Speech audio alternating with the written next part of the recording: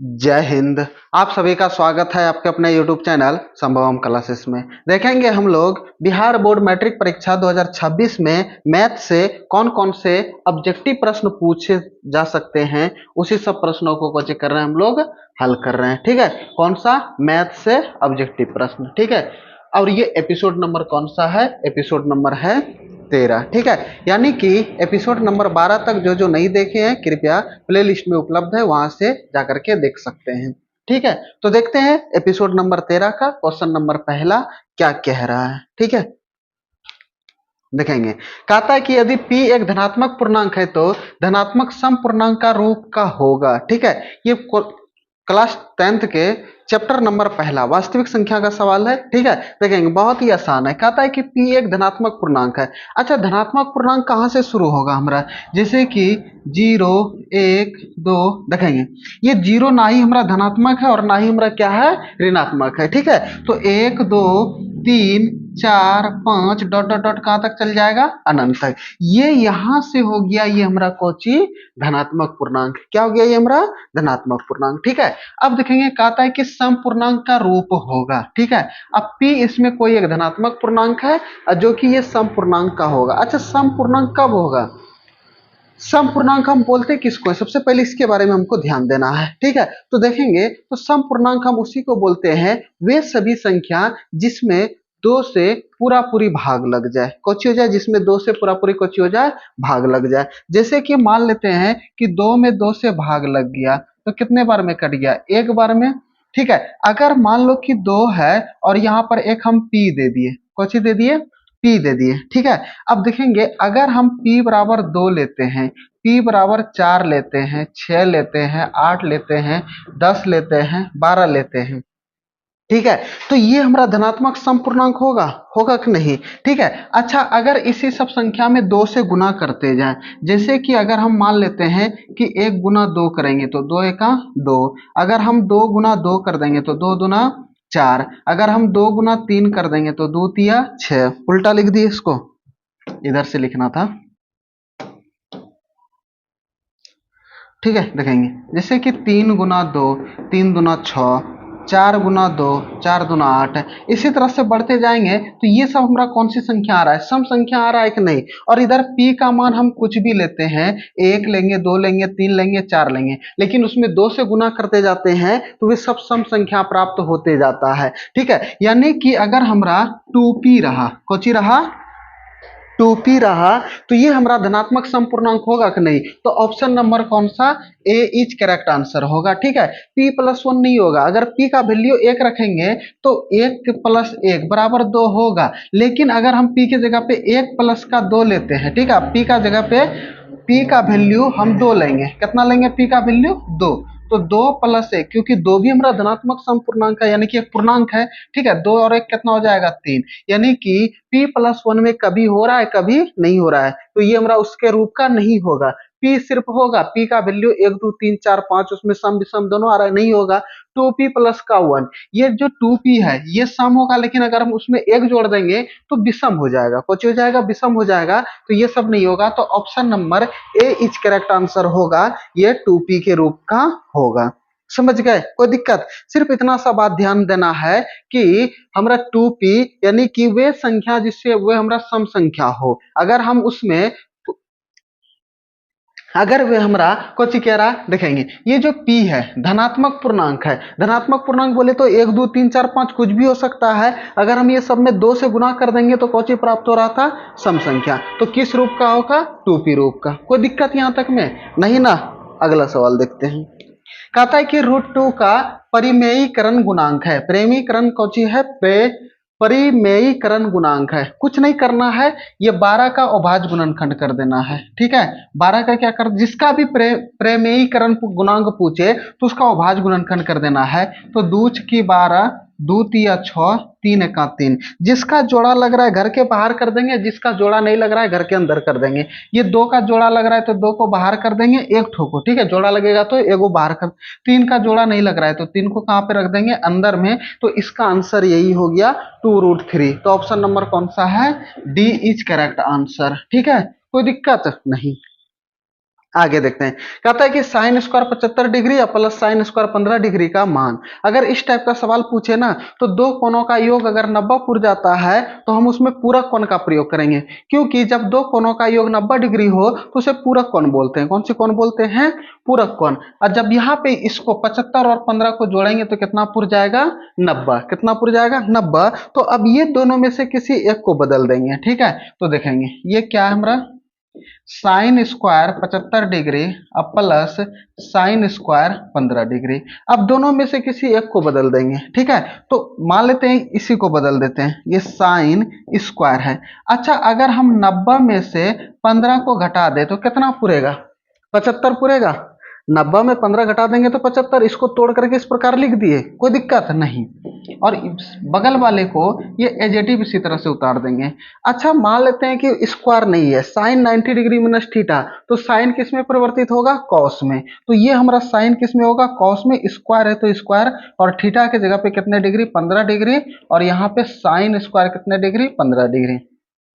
और एक हम लोग सूत्र पढ़े थे कौची कि साइन स्क्वायर थीटा और प्लस का कॉस स्क्वायर थीटा का वैल्यू कितना होता है? वे होता है 1। कितना होता है? 1। तो देखेंगे sine square theta plus cos square theta, इसका वैल्यू कितना होगा? 1। Option number B is correct answer. Option number B is correct answer. कोई दिक्कत यहां तक में नहीं। अगला सवाल देखते हैं।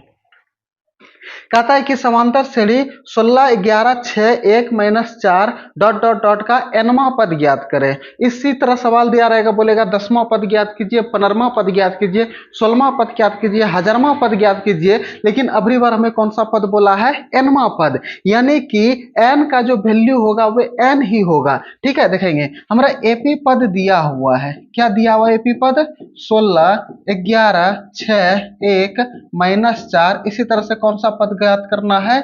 nवां पद हमें ज्ञात करना है, यानी कि अंतिम पद हमें ज्ञात करना है। कौन सा ज्ञात करना है? अंतिम पद, ठीक है। तो देखेंगे अंतिम पद ज्ञात करने के लिए सूत्र कौन सी होता है? ए एन बराबर ए प्लस n-1 इंटू डी, यही होता है सूत्र। तो हमें देखेंगे a, यहां से a का वैल्यू हम लोग पता कर लेंगे। तो a का वैल्यू कितना है? 16। और d का भी वैल्यू पता कर लेंगे, 11 माइनस का 16, क्योंकि दूसरे में से पहले पद को घटा देते हैं तो d का वैल्यू निकलेगा। तो 11 में से 16 चल जाएगा तो कितना बचेगा? 5। और इसमें से n का वैल्यू n ही होगा, क्योंकि nवां पद ज्ञात करने के लिए बोला है, n का वैल्यू n ही होगा। और an का वैल्यू कितना हो जाएगा? यही तो हमें निकालना है, ठीक है। तो देखेंगे अब इस सूत्र का प्रयोग हम लोग कर लेंगे, ठीक है। तो देखेंगे तो ए एन बराबर ए के जगह पे कितना रख देंगे? 16 प्लस एन के जगह पे कितना? n-1। और डी के जगह पे कितना रख देंगे? माइनस का 5, क्योंकि डी का वैल्यू कितना निकला है? माइनस का 5। कोई दिक्कत यहां तक में नहीं। अब देखेंगे आगे। तो ए एन बराबर ये 16। अब देखेंगे ये -5 से दोनों में गुना करेंगे तो जो प्लस में रहेगा वो माइनस में, जो माइनस में रहेगा प्लस में। ये प्लस माइनस माइनस प्लस गुना कर देंगे तो माइनस का कितना? 5n, और ये प्लस का 5। तो ए एन बराबर 16 और 5 कितना हो जाएगा? 21। और ये माइनस का कितना हो गया? 5n, यानी कि 21 माइनस का 5n। Option number B is correct answer, ठीक है। ऑप्शन नंबर बी इज कौन हो जाएगा? Correct answer. कोई दिक्कत यहां तक में नहीं ना, ठीक है। देखते हैं अगले सवाल की ओर। कहता है कि त्रिभुज पी क्यू आर में पी क्यू बराबर प्यार, ठीक है, प्यार कहते हैं, ये प्यार कहां सा गया? वो पी आर है, ठीक है। देखेंगे एक समकोण एक त्रिभुज है। कैसा त्रिभुज है? जिसकी दो भुजा आपस में कोची है? बराबर है, ठीक है। जिसकी दो भुजा आपस में कोची है? बराबर है। देखेंगे इसको हम लोग मान लेंगे P, ठीक है। इसको मान लेंगे Q और इसको मान लेंगे R, ठीक है। एक त्रिभुज है PQR, त्रिभुज PQR मान लिए, ठीक है। जिसमें से PQ और PR ये दोनों आपस में कोची है? बराबर है। ये जो PQ ये भुजा है और ये जो PR ये भुजा है, ये दोनों आपस में कोची है? बराबर है। यदि कोण Q बराबर 40 डिग्री, ई जो कोण हको, ई कोण हको 40 डिग्री, कितने डिग्री? 40 डिग्री। तो कोण P का वैल्यू, यानी कि ये कोण कितने डिग्री होगा? वही हमें कोची करना है, ज्ञात करना है। क्या करना है? वही हमें कोची करना है, ज्ञात करना है। ठीक है, देखेंगे अगर मान लेते हैं कि जिस त्रिभुज की दो भुजा आपस में बराबर हो तो उसकी संगत कोण भी आपस में कोची होते हैं, बराबर होते हैं कि नहीं।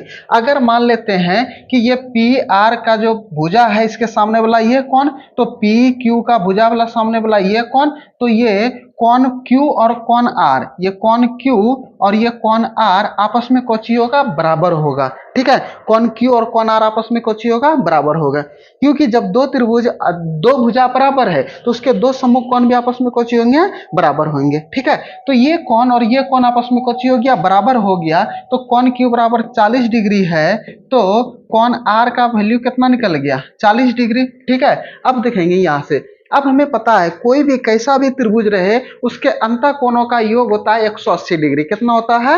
180 डिग्री। यानी कि कोण P प्लस कोण Q और प्लस का कोण R बराबर का कितना, 180 डिग्री। तो ये कोण P प्लस का ये 40 डिग्री और ये प्लस का कितने डिग्री, 40 डिग्री बराबर का कितना, 180। तो कोण P प्लस 40 40 80 बराबर कितना, 180 डिग्री। तो कोण P बराबर 180 माइनस का 80, तो ये कोण P बराबर कितने डिग्री, 100 डिग्री। यानी कि ये जो कोण P आ गया ये वैल्यू कितना आ गया, 100 डिग्री। ऑप्शन नंबर कौन सा होगा? Option number D is correct answer. Option number D is correct answer. कोई दिक्कत यहां तक में नहीं ना। अब अगला सवाल देखते हैं। कहता है कि 3 सेंटीमीटर त्रिज्या वाले गोले का आयतन क्या होगा। देखेंगे एक गोला है, ठीक है, ये मान लेते हैं गोला है, इसकी जो त्रिज्या है वे कितने सेंटीमीटर है, 3 सेंटीमीटर। ये केंद्र से परिधि में मिलाएंगे तो कौची होगा, त्रिज्या। तो ये कितने सेंटीमीटर होगा, 3 सेंटीमीटर। ठीक है, कहता है कि गोले का आयतन ज्ञात कीजिए। तो गोले का जो आयतन बराबर जो सूत्र होता है वे क्या होता है, तो गोले का आयतन बराबर जो सूत्र होता है वो होता है 4/3 ये पाई आर क्यूब। ठीक है, त्रिज्या तो हमें पता है 3, आर का वैल्यू पता है, पाई का वैल्यू जब तक अन्यथा ना कहा जाए, जब तक लिखा ना रहे तो पाई का वैल्यू 22/7 लेना है। अगर लिख देगा तो कितना लेना है, 3.14। ठीक है, तो देखेंगे तो ये 4/3। ठीक है, अब देखेंगे पाई को पाई रहने के लिए देना है। देखेंगे ऑप्शन में पाई को पाई रहने के लिए दिया है तो हम भी पाई को पाई रहने देंगे। आर आर कितना है, 3, 3 पे पावर 3, तो 3 गुना 3 गुना 3, 1 3 से 3 कट गया, 3 3 9 9 चौके 36। तो ये कितना आ गया, 36 पाई सेंटीमीटर क्यूब इसका क्वेश्चन आ गया आंसर। तो option number B is correct answer. Option number B is correct answer. कोई दिक्कत यहां तक में नहीं। अगला सवाल कहता है कि एक समबाहु त्रिभुज का क्षेत्रफल 4√3 वर्ग सेंटीमीटर है, तो इसकी परिमिति क्या होगा। ठीक है, देखेंगे एक समबाहु त्रिभुज है। कैसा त्रिभुज है, समबाहु त्रिभुज। समबाहु त्रिभुज बोले तो जिसकी तीनों भुजा आपस में कौची हो, बराबर हो। मान लेते हैं कि कोई भी त्रिभुज है, जैसे कि P मान लिए, इसको Q मान लिए, इसको R मान लिए, ये तीनों भुजा आपस में कौची है, बराबर है। तो जिस त्रिभुज का तीनों भुजा आपस में बराबर हो उसे समबाहु त्रिभुज। अब बोला है परिमाप। परिमाप बोले तो ये जो चारों बगल बॉर्डर है, ठीक है, यहां से PQ QR और ये PR, ठीक है, ये यहां से लेकर के ये जो चारों बगल अड्डवा है इसका हमें लंबाई ज्ञात करना है, जिसको हम लोग परिमाप बोलते हैं। क्या बोलते हैं उसको, परिमाप। तो इसकी लंबाई ज्ञात करने के लिए हमें चाहिए ये भुजा। ठीक है, अगर हमें भुजा पता चल जाएगा तो तीनों भुजा को जोड़ देंगे तो कोची निकल जाएगा हमारा, इसकी परिमाप। कोची निकल जाएगा, परिमाप बोले या तो परिमिति बोले, दोनों कोची होता है, एक ही होता है। ठीक है, तो देखेंगे तो अगर हमें एक भुजा पता चल जाएगा, समबाहु है क्योंकि सभी भुजा बराबर होगा, अगर एक भुजा 10 निकले था तो ये तीनों भुजा 10 10 10 हो जाएगा हमारा। ठीक है, तो देखेंगे हमें एक चीज दिया हुआ है, समबाहु त्रिभुज का क्षेत्रफल दिया हुआ है। तो यहां से हम लोग लिखेंगे, क्या लिखेंगे कि समबाहु त्रिभुज का, समबाहु त्रिभुज का क्षेत्रफल बराबर कोची कितना दिया हुआ है, ये दिया हुआ है 4√3 सेंटीमीटर स्क्वायर। ठीक है, यानी कि वर्ग सेंटीमीटर, तो ये स्क्वायर कर देते हैं। ठीक है, स्क्वायर हिंदी में। अब देखेंगे समबाहु त्रिभुज का जो क्षेत्रफल सूत्र होता है वे होता है क्या, कि √3/4 गुना भुजा स्क्वायर, और यही दिया हुआ है कितना, 4√3। अच्छा देखेंगे बराबर में ऊपर ऊपर नीचे नीचे कटा सकते हैं, तो देखेंगे ये √3 और ये √3 कट गया। अब ये 4 भाग में उधर जाकर के किस में, गुना में, तो a स्क्वायर बराबर ये 4 गुना 4 आ गया। तो a बराबर हम लिख सकते हैं अंडर रूट ये 4 गुना 4। गुना करना से अच्छा है कि जोड़ा लग रहा था, एगो को कोचे कर लेंगे बाहर, यानी कि भुजा इसकी कितना निकल गया, 4 सेंटीमीटर। तो ये भी 4 सेंटीमीटर, ये भी 4 सेंटीमीटर और ये भी 4 सेंटीमीटर। तो समबाहु त्रिभुज का जो परिमाप होता है, ठीक है, समबाहु त्रिभुज का समबाहु त्रिभुज का परिमाप बराबर जो सूत्र होता है, परिमाप बोले या परिमिति बोले दोनों एक ही होता है, ये होता है 3a, ठीक है। तो 3 गुना 4, तो ये 4 तिया 12 सेंटीमीटर, क्योंकि भुजा a है तो a के जगह पे 4, तो 4 तिया 12, यानी कि 12 सेंटीमीटर कोची निकल गया इसका परिमिति, कोची निकल गया परिमिति। Option number B is correct answer, option number B is correct answer. कोई दिक्कत यहाँ तक में नहीं। अगले सवाल देखते हैं। कहता है कि किसी त्रिभुज का केंद्रक, मान लेते हैं कि एक त्रिभुज है, कोई सी भी प्रकार का त्रिभुज है, ठीक है, देखेंगे ये त्रिभुज है, इसका नामकरण कर देते हैं, मान लेते हैं इसको ए, ठीक है, इसको बी और इसको सी। ए का निर्देशांक मान लेते हैं कितना, ये 2,3, ठीक है। बी का निर्देशांक मान लेते हैं कितना, 1, -4, और सी का निर्देशांक नहीं पता तो x, y। और ये जो केंद्रक है, केंद्रक का शीर्ष दिया हुआ है 3,0, कोची दिया हुआ है 3,0, ठीक है। तो देखेंगे केंद्रक का शीर्ष दिया हुआ है हमें, ठीक है, केंद्रक दिया हुआ है कितना 3,0। हम यहां से बिंदु ए कितना दिया हुआ है, ये 2,3, ठीक है। बिंदु बी कितना दिया हुआ है, 1, और सी कितना दिया हुआ है, मान लेते हैं x, y, नहीं पता क्या दिया हुआ है, ठीक है। तो इसको मान लेंगे, अब यहाँ पर इसको कुछ करेंगे, मानेंगे, इसे x1, y1, इसे x2, इसे y2, इसे x3 और इसे y3 मान लिए। और केंद्रक के लिए, त्रिभुज का केंद्रक बोले ना, तो उसके लिए सूत्र होता है, केंद्रक के लिए डायरेक्ट पहुंचिए, ठीक है, कुछ नहीं करना है। इसके लिए सूत्र क्या होता है, x1 plus x2 plus x3 अब बटेका 3, ये x निर्देशांक के लिए, और y निर्देशांक के लिए y1 प्लस का y2 प्लस का y3 बटेगा 3, ये y निर्देशांक के लिए। अब इस पे बैठा देंगे तो हमारा क्वेश्चन निकल जाएगा आंसर। केंद्रक कितना है 3,0, यानी कि पहले x का वैल्यू बाद में y का वैल्यू होता है कि नहीं। x1 का वैल्यू कितना है 2, x2 का वैल्यू कितना है 1, x3 का वैल्यू कितना है x, और ये बटेगा कितना 3, y1 का वैल्यू 3 प्लस y2 का वैल्यू ये -4, और y3 का वैल्यू कितना y, और बटेगा कितना 3, ठीक है। अब ये x को x के बराबर कर देंगे और y को y के बराबर कर देंगे, ठीक है। तो देखते हैं, इस जगह कर देते हैं हल इसका, ठीक है। ये हो जाएगा कितना 2, 1, जैसे कि 3,0 बराबर 2, 1, 3, ये 3 प्लस का x बटेगा 3, और ये प्लस और ये माइनस, प्लस माइनस माइनस घटने का क्रिया हो जाएगा, तो 4 में 1 3 चल जाएगा तो 1, तो ये -1 और ये प्लस का y बटेगा 3। तो यहाँ पे लिखेंगे कि 3 बराबर ये 3 प्लस x बटेगा 3, ये होगा, x को x के बराबर कर देंगे और y को y के बराबर कर देंगे, ठीक है। तो देखेंगे ये 3 इधर भाग में इधर आकर के गुना में, तो 3 तिया 9 बराबर ये 3 प्लस x, तो ये 9 - 3 बराबर का x, क्योंकि ये प्लस में है तो बराबर किस पर आएगा, तो किस में आएगा, माइनस में आएगा हमारा। तो 9 में 3 गए 6 बराबर x, यानी कि x का वैल्यू कितना निकला है 6, ठीक है। ऑप्शन में देखते हैं एक ही तो है, यहाँ डायरेक्ट मार सकते हैं, दूसरा नहीं भी निकालेंगे तो कोई दिक्कत नहीं है, लेकिन वे भी निकाल लेते हैं उसको भी, ठीक है। देखेंगे दूसरा हमारा कितना है, ये है 0 बराबर का -1 प्लस का y बटेगा 3, ये 3 इधर हमारा भाग में है, बराबर किस पर में लाएंगे तो किस में हो जाएगा, गुना में, किस में होगा, गुना में। तो 3 गुना 0 बराबर 0, -1 प्लस का y, ये माइनस का 1 है, इधर आकर के प्लस का 1 बराबर y, तो y का वैल्यू कितना 1। तो जो हमारा जो तीसरा शीर्ष बचा था वे कितना आ गया 6,1, पहले x का लिखते हैं बाद में y का लिखते हैं, तो कितना आ गया 6,1। Option number c is correct answer, ठीक है। सॉरी, ठीक है, option number c is correct answer. कोई दिक्कत, आते हैं अगले सवाल की ओर। अगला कहता है कि त्रिभुज एबीसी में भुजा AB एवं AC पर क्रमशः D एवं E बिंदु है, ठीक है। इसको ध्यान से देखिएगा थोड़ा सा सवाल को। ठीक है, एक त्रिभुज है, कैसा त्रिभुज है पता नहीं है,